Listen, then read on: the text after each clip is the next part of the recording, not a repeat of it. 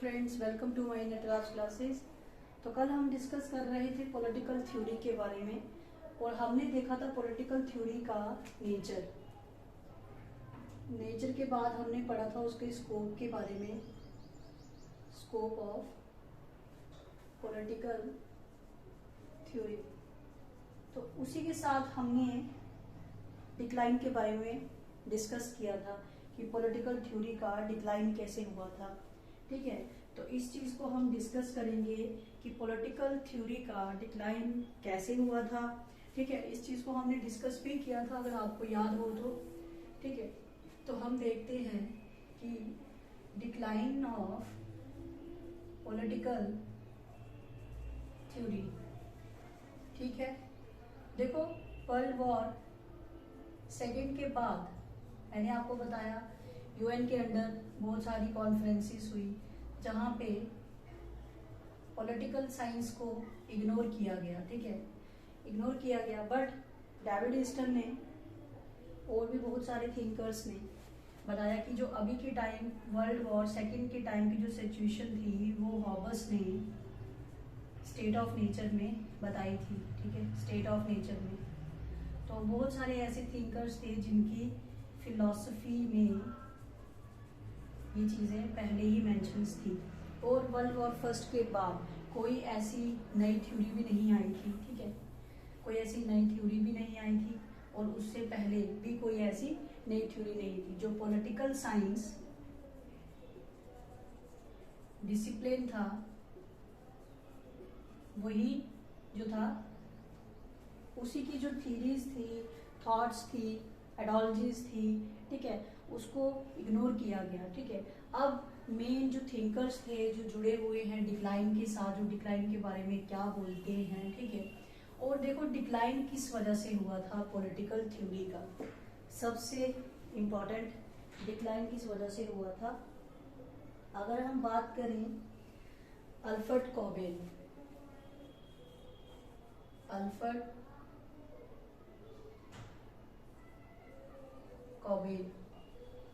ठीक है, तो इन्होंने पॉलिटिकल थ्योरी का डिक्लाइन माना था। ठीक है, ये डिक्लाइन ऑफ पॉलिटिकल थ्योरी बताते हैं। ठीक है, तो इनकी इम्पोर्टेंट एक बुक है, ठीक है, जिसके में ये बताते हैं कि पॉलिटिकल थ्योरी का जो डिक्लाइन है वो 1953 में इन्होंने ये बुक लाई थी, जिसमें इन्होंने सिग्निफिकेंस बताया था कि पॉलिटिकल थ्योरी का जो सिग्निफिकेंस है वो लॉस्ट हो चुका है। कहाँ पे? क्योंकि जो वर्ल्ड वॉर फर्स्ट है, ठीक है, वर्ल्ड वॉर फर्स्ट में बहुत सारी आइडियोलॉजीज के कंट्रीज आपस में लड़ रहे थे। ठीक है, जैसे आपका कैपिटलिज्म हो गया, तो इनका ये मानना था कि पॉलिटिकल थ्योरी इन कॉन्सेप्ट्स में आइडियलिज्म हो गया। देन उसके बाद आपका आता है बहुत सारी ऐसी आइडियोलॉजीज थी जिसके बेसिस पे वहाँ पे डिफरेंट कंट्रीज फाइट कर रही थी। ठीक है, कुछ तो कैपिटलिस्ट थे और कुछ जो थे वो क्या थे, कम्युनिस्ट। ठीक है, कुछ लोग थे कम्युनिस्ट। तो उन्होंने एक अपनी इम्पोर्टेंट बुक निकाली थी 1953 में, जिसमें उन्होंने the decline of political theory publish की थी। ठीक है, डिक्लाइन ऑफ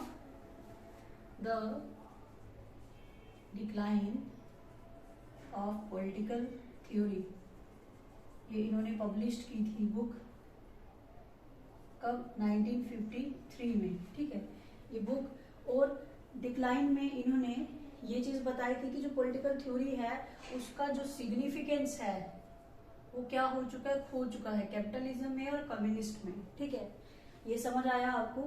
फिर उसके बाद ये बहुत इंपॉर्टेंट है क्योंकि डिक्लाइन के साथ जुड़े हुए पॉलिटिकल थिंकर्स के बारे में पूछा जाता है एग्जाम में कि जो लोग डिक्लाइन के साथ जुड़े हुए हैं उनके बारे में बताइए। फिर उसके बाद आपका आता है लॉजिकल पॉजिटिविज्म। अब देखो ये क्या करते थे, लॉजिकल पॉजिटिविस्ट, इन्होंने वैल्यूज को ज्यादा रिस्पॉन्सिबल माना है for the decline of political theory. ठीक है, दूसरी बात, अगर लॉजिकल पॉजिटिविस्ट, ठीक है, इनको भी रिस्पॉन्सिबल माना जाता है पॉलिटिकल थ्योरी के डिक्लाइन के लिए। ठीक है, उसके बाद डेविड ईस्टन का जो बिहेवियरलिज्म आया था ठीक है, वो भी एक कारण बना था पॉलिटिकल थ्योरी के डिक्लाइन का। ठीक है, पहले पॉलिटिकल थ्योरी का रिवाइवल हुआ, बट उसके बाद जब डेविड ईस्टन ने बिहेवियरलिज्म निकाला तो फिर से डिक्लाइन हो गया पॉलिटिकल थ्योरी का। ठीक है, फिर उसके बाद हम हिस्टोरियन को भी ब्लेम करते हैं डिक्लाइन के लिए। ठीक है, बहुत सारे हिस्टोरियंस आएंगे, बहुत सारे हमारे ट्रेडिशनल, ठीक है, ट्रेडिशनल हिस्टोरियन को, क्योंकि ट्रेडिशनलिज्म को भी ब्लेम किया जाता है पॉलिटिकल थ्योरी के डिक्लाइन के लिए। ठीक है, यहाँ तक क्लियर है। फिर उसके बाद हम देखेंगे इसके डिक्लाइन के बाद ये जो चीजें, फिर आप देखो इसके डिक्लाइन में जो मोस्ट इम्पॉर्टेंट टॉपिक है, मोस्ट इम्पॉर्टेंट कॉन्सेप्ट है साइंस, क्रेज फॉर साइंस। ठीक है, जो साइंस का क्रेज था लोगों के अंदर, वो भी एक कारण बना पॉलिटिकल थ्योरी के डिक्लाइन का। ठीक है, पॉलिटिकल थ्योरी के डिक्लाइन का ये भी एक मेन कारण था। ठीक है, इसमें जो साइंटिफिक मेथड वाले थिंकर आएंगे, ठीक है, जो साइंटिफिक मेथड को यूज करेंगे, साइंटिफिक थ्योरी, वो भी डिक्लाइन का कारण बनी। ठीक है, क्योंकि वर्ल्ड वॉर सेकेंड में साइंस ने क्या किया था, साइंस की बहुत सारी इन्वेंशंस ने, ठीक है, बहुत सारे ऐसे केमिकल्स, ठीक है, जो बहुत डेंजरस थे ह्यूमन बींग्स के लिए, उनको वर्ल्ड वॉर सेकेंड में यूज किया गया था। ठीक है, तो वहां पे साइंस को रिस्पॉन्सिबल माना गया पॉलिटिकल थ्योरी के डिक्लाइन के लिए। ठीक है, ये सब चीजें आपको समझ आई।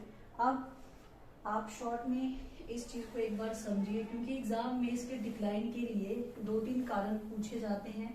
ठीक है, सपोज पॉलिटिकल थ्योरी के डिक्लाइन में आपको 3 चीजें आएंगी, 1, 2, 3 एंड 4। ठीक है, यहाँ पे ये डाल देंगे कि पोस्ट मॉडर्निस्ट। ठीक है, फिर आपको यहाँ पे डालेंगे साइंस। ठीक है, फिर उसके बाद आपको यहाँ पे डाल देंगे मटेरियलिज्म। ठीक है, मार्क्सिज्म। तो आपको इसमें से बताना है कि पॉलिटिकल थ्योरी के डिक्लाइन में कौन रिस्पॉन्सिबल था। तो आपका आंसर रहेगा साइंस। ठीक है, साइंस से पॉलिटिकल थ्योरी का क्या होता है, डिक्लाइन हो जाता है। ठीक है, यहाँ तक समझ आई आपको डिक्लाइन के बारे में? बताइए, यहाँ तक क्लियर है आपको? ओके, चलिए देखते हैं फिर। अब एक मोस्ट इम्पॉर्टेंट बात, अब डिक्लाइन में जो जो थिंकर्स, ठीक है, जुड़े होंगे उनके बारे में पूछा जाएगा। ठीक है, सबसे पहले आप डेविड ईस्टन को नोट कीजिए, डेविड ईस्टन। दूसरा लियो स्ट्रॉस, वेरी गुड, लिखिए। सबसे पहले डिक्लाइन के साथ जो थिंकर हैं, जो पॉलिटिकल थ्योरी के डिक्लाइन में आते हैं, डेविड ईस्टन, लियो स्ट्रॉस को लिखिए। ठीक है, और अभी मैंने सबसे पहले वही लिखवाया था, अल्फ्रेड कॉबेन। ठीक है, इन्होंने दिया था पॉलिटिकल थ्योरी के डिक्लाइन पे, एक इन्होंने पब्लिकेशंस निकाली थी 1953 में। ठीक है, ये लोग थे। और बताइए, और पॉलिटिकल थ्योरी के डिक्लाइन के साथ कौन लोग जुड़े हुए हैं, बताइए। और हाँ, इसमें एक चीज आपको ये पूछ सकते हैं कि पॉलिटिकल साइंस ये किसने लिखी हुई है बुक? तो ये अल्फ्रेड कॉबेन ने ही लिखी है 1953 में। ठीक है, तो ये थे पॉलिटिकल थ्योरी में डिक्लाइन के थिंकर। ठीक है, डेविड ईस्टन को माना जाता है, लियो स्ट्रॉस को माना जाता है डिक्लाइन के लिए रिस्पॉन्सिबल, अल्फ्रेड कॉबेन को माना जाता है। ऐसे आप अगर गूगल करोगे, विकिपीडिया पे देखोगे तो आपको बहुत सारे थिंकर्स मिल जाएंगे वो जो डिक्लाइन के लिए रिस्पॉन्सिबल थे, बट प्रोमिनेंट जो हैं वो मैंने आपको लिखवा दी हैं, जो पूछे जाते हैं एग्जाम में। ठीक है, फिर उसके बाद अगर हम देखें अब इसका रिवाइवल, देखो पॉलिटिकल थ्योरी का डिक्लाइन हो चुका है। ठीक है, अब हम देखेंगे कि इसका रिवाइवल कैसे होगा। ठीक है, अब रिवाइवल में कुछ थिंकर्स आएंगे और रिवाइवल कैसे होगा। ठीक है, डिक्लाइन आपने समझ लिया। ठीक है, तो तो अब हम देखेंगे कि रिवाइवल, अब किसी चीज का जब डिक्लाइन हो जाता है तो उसका रिवाइवल भी फिर से होता है, ठीक है। और मैंने आपको बताया था कि पॉलिटिकल थ्योरी का रिवाइवल के बाद फिर से डिक्लाइन हुआ था, रिवाइवल ऑफ पॉलिटिकल थ्योरी, ठीक है। देखो इसके रिवाइवल के बाद फिर से इसका डिक्लाइन हुआ था, क्यों? क्योंकि बिहेवियरलिज्म ने इसका फिर से डिक्लाइन करवा दिया था, ठीक है। क्यों करवाया था वो चीज़ मैं आपको बताऊंगी। क्योंकि बिहेवियरलिज्म जो है वो वैल्यूज को इम्पोर्टेंस नहीं दे रहे थे, वो क्या कर रहे थे, सिर्फ साइंटिफिक थ्योरी को यूज कर रहे थे, ठीक है। और जब हमने नेचर पढ़ा था पॉलिटिकल थ्योरी का, तो हमने वहाँ पे ये देखा था कि वहाँ पे हमें पॉलिटिकल थ्योरी का नेचर कैसा है, ठीक है। पॉलिटिकल थ्योरी का जो फिलोसॉफिकल नेचर है और थॉट का नेचर है वो कैसा था, हमने वो डिस्कस किया था। बट यहाँ पे ये क्या करते हैं, बिहेवियरलिज्म को, वैल्यू को टोटली इग्नोर करते हैं, ठीक है। वैल्यू को टोटली इग्नोर करने की वजह से पॉलिटिकल थ्योरी का डिक्लाइन फिर से हो जाता है, ठीक है। अब हम इसका रिवाइवल पढ़ेंगे, पॉलिटिकल थ्योरी का रिवाइवल कैसे होता है, ठीक है। फिर उसके बाद बिहेवियरलिज्म के बाद पोस्ट बिहेवियरलिज्म आता है, तो पॉलिटिकल थ्योरी का रिवाइवल वहां से स्टार्ट होता है। बहुत सारे थिंकर्स आएंगे, ठीक है, उनके कंट्रीब्यूशंस से revival of political theory start होगा, ठीक है। मोस्ट इंपॉर्टेंट आपको कुछ नाम नोट करने हैं। सबसे पहले डेंट जर्मिनो, सबसे important dent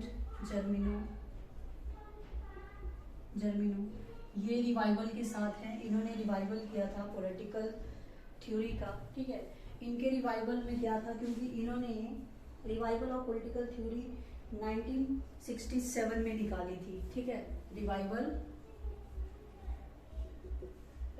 of political theory 1967 में, जिसमें इन्होंने लिखा बियॉन्ड आइडियोलॉजी, ठीक है। इन्होंने बोला पॉलिटिकल थ्योरी क्या है, बियॉन्ड आइडियोलॉजी, आइडियोलॉजी से परे है पॉलिटिकल थ्योरी। तो ये डेंट जर्मिनो ने रिवाइवल में कंट्रीब्यूशन रहा है। अब डिक्लाइन और रिवाइवल में थिंकर्स को पूछा जाता है कि डिक्लाइन में कौन थे और रिवाइवल में कौन थे। मोस्ट इंपॉर्टेंट नाम डेंट जर्मिनो, ठीक है। रिवाइवल ऑफ पॉलिटिकल थ्योरी इन्होंने दिया था। फिर उसके बाद हम देखेंगे इनके नेक्स्ट जो थे जिनका कंट्रीब्यूशन रहा है। ऐसे तो बहुत सारे थिंकर हैं जिनका कंट्रीब्यूशन रहा है, ठीक है, इसमें रिवाइवल में। जैसे अगर हम बात करें उसके बाद बैक टू बैक बहुत सारे ऐसे थिंकर्स आए। जैसे अगर हम कार्ल पॉपर की बात करें, उन्होंने भी साइंटिफिक मेथड को यूज किया, ठीक है। कार्ल पॉपर,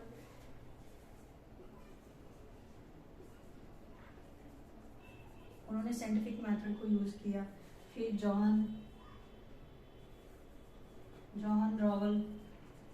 रॉवल्स, ठीक है, उन्होंने जस्टिस थ्योरी को यूज किया। तो उसमें क्या रहा कि इन थिंकर्स ने जॉन रॉवल्स के बाद रॉबर्ट नॉजी की एग्जांपल लेंगे,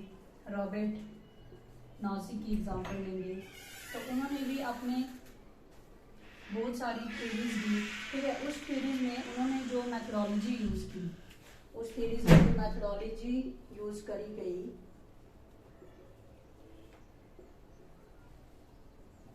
ठीक है, वहां पे क्या रहा, मैथडोलॉजीज में उन्होंने एम्पिरिकल और साइंटिफिक अप्रोचेस को भी यूज किया, ठीक है। तो यहाँ पे जिस वजह से पॉलिटिकल थ्योरी का डिक्लाइन हुआ था, उन चीजों को जब रिवाइवल में फिर से यूज किया गया तो पॉलिटिकल थ्योरी का फिर से रिवाइवल हो जाता है, ठीक है। ये जो थिंकर्स थे ये पॉलिटिकल थ्योरी के रिवाइवल्स के साथ जुड़े हुए हैं, ठीक है। इन्होंने पॉलिटिकल थ्योरी के रिवाइवल में अपना कंट्रीब्यूशन दिया।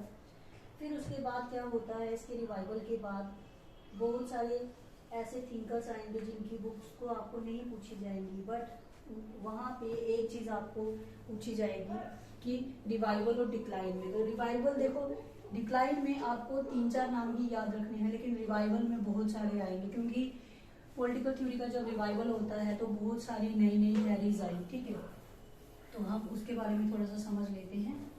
सबसे पहले पोस्ट मॉडर्निज्म आए, पोस्ट मॉडर्निस्ट जब आए, किसके ऑपोजिट आए थे? मॉडर्निज्म के। ठीक है, तो इन्होंने भी पॉलिटिकल थ्योरी का रिवाइवल किया। पोस्ट मॉडर्निज्म के बाद सीबी मैकफर्सन आए। ठीक है, सीबी मैकफर्सन आए। ठीक है, इन्होंने भी अपना कंट्रीब्यूशन दिया डेमोक्रेसी पे। ठीक है, फिर उसके बाद बहुत सारी ऐसी थ्योरीज आई, बहुत सारी नई नई थ्योरीज आई, पॉलिटिकल थ्योरी में जुड़ती गई नए नए कॉन्सेप्ट्स, जिससे पॉलिटिकल थ्योरी का रिवाइवल जो था वो कंटिन्यूटी में रहा। ठीक है, उसके बाद अगर हम रॉबर्ट डॉनी की एग्जांपल लेते हैं तो उन्होंने रेडिकल थ्योरी ऑफ डेमोक्रेसी दी। ठीक है, तो बहुत सारे थिंकर्स हैं, आप उसके बाद के सभी थिंकर्स को भी मेंशन कर सकते हो, क्योंकि सभी ने जो अप्रोचेस यूज की, जो मैथोडोलॉजी यूज करी है, ठीक है, वो कहीं ना कहीं हमने पॉलिटिकल थ्योरी के नेचर में पढ़ी थी जब हम पॉलिटिकल थ्योरी का नेचर डिस्कस कर रहे थे। ठीक है, तो ये था पॉलिटिकल थ्योरी का डिक्लाइन और रिवाइवल। ठीक है, तो इसमें जो भी टॉपिक अभी आप मेरे साथ रिवाइज कर रहे हो, इन टॉपिक्स को करने के बाद हम टेस्ट सीरीज स्टार्ट करेंगे। ठीक है, तो वहाँ पे हम आपके पढ़ाए हुए टॉपिक जो हैं वो डिस्कस करेंगे, आपको रिवीजन करवाएंगे। अब हमने पॉलिटिकल थ्योरी में हमने नेचर पढ़ा, स्कोप पढ़ा। ठीक है, हमने डिक्लाइन देखा, रिवाइवल देखा, और अब हमें पॉलिटिकल थ्योरी की अप्रोचेस डिस्कस करनी है। ठीक है, हम अप्रोचेस में देखेंगे पॉलिटिकल थ्योरी को कौन सी अप्रोचेस जो हैं वो यूज करके हम पॉलिटिकल थ्योरी को स्टडी करेंगे। ठीक है, अभी तक इतना सफिशिएंट है। आप एक बार इसको एक दो बार रिवाइज करिए, और जो चीज़ आपको नहीं समझ आती है आप टेलीग्राम पे मैसेज करिए। ठीक है, तो हम आपको रिप्लाई देंगे। All the best.